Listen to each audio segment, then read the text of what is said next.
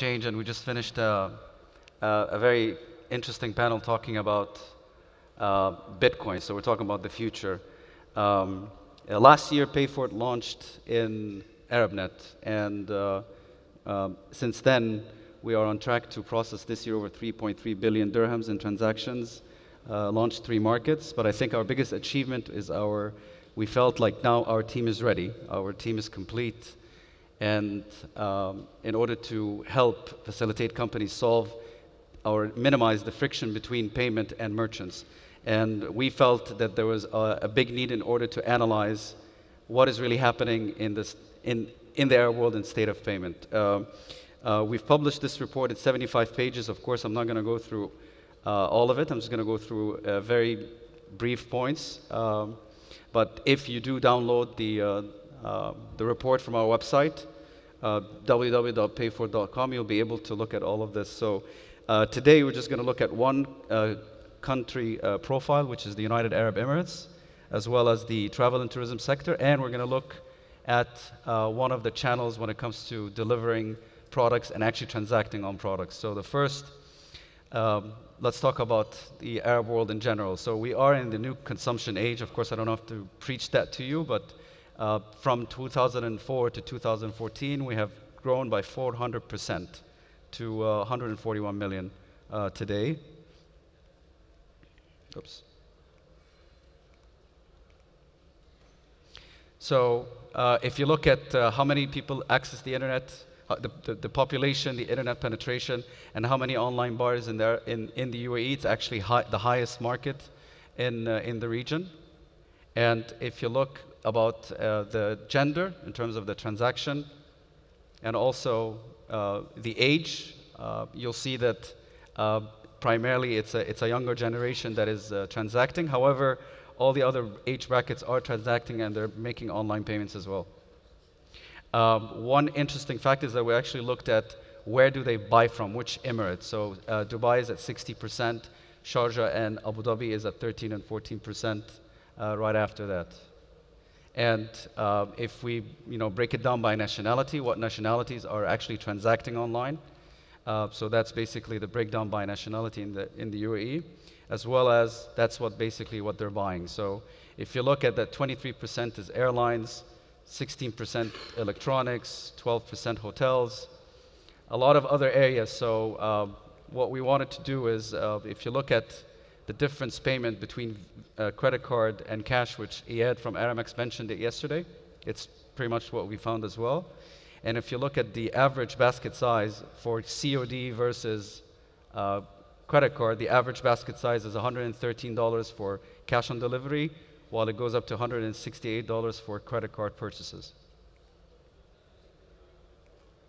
So if we analyze one vertical, which is the travel and tourism, we'll find that in 2013, the GCC carriers were actually had 352 million passengers worldwide and generated $448 billion. So the travel industry have grown from 2% in 2002 in terms of a market share worldwide to 13%. Why? Because of the shift of travel behaviors between Asia and Europe, as well as the robust growth of Emirates, Qatar Airways, Air Arabia, Etihad, and so forth. We became one of the largest hubs of travel. And that number is going to grow more because all of the airlines worldwide are growing by 5%, while these airlines are growing by 15% year over year. So guess what? We're actually getting those transactions. When all these online payments are being made worldwide, it's coming to banks in the Arab world. And if you look at how much of it was transacted online, it's around $50 billion last year. So if you look at per market in terms of booking of using a credit card for online payment, in the travel sector, 12% in Egypt, 23%, 34%, and 46% in the United Arab Emirates. If you break it down by legacy or traditional airlines like Emirates versus a low-cost carrier like Air Arabia, we find that low-cost carriers tend to push their customers to make more transactions online because that's how they save money. That's how they keep their costs down and their efficiency down. while the traditional airline is around 10% of their transactions are happening online, but growing. So we have around 38, so we're split in the middle, 50-50%, traditional airlines versus low-cost carriers. And if you look at the per country, you have 4 in the UAE, 4 in Egypt, 3 in Saudi Arabia, and so forth. If we look at the travel and tourism, we have around 1,500 hotels in the Arab world with 200,000 rooms and an occupancy rate of 76%, which is probably one of the highest in the world today. And if you look at how many people are buying online or paying online for the hotel bookings, for the 4 markets that we've analyzed in our report, UAE is at 9%, KSA at 12%, Egypt 9%, and Kuwait is at 5%. And if you look at the revenue per room is around 167, which is the second highest in the world, after the Caribbean, I believe. And it's around $593 billion in total revenue. Some of the key findings that we found in the report regarding what people are doing with an airline. So 71% right now are, they say that they want to make a future payment using their mobile app rather than going online because it's easier to book. And of course, it's checking in and so forth, and making in-flight payments as well. If I want to download a movie, or if I want to buy something from duty free and so forth, I want to make that transaction online.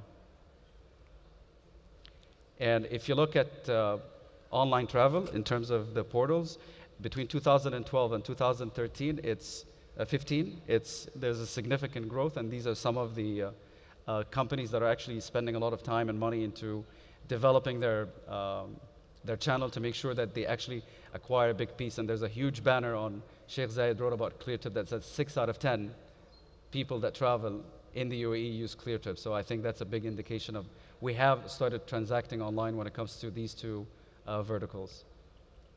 On average, in the GCC, we have 3 smartphones per person. And if you look at between 1992 and 2012, foot traffic in bank has dropped by 50% because we're either using online banking or using the apps from our banks today.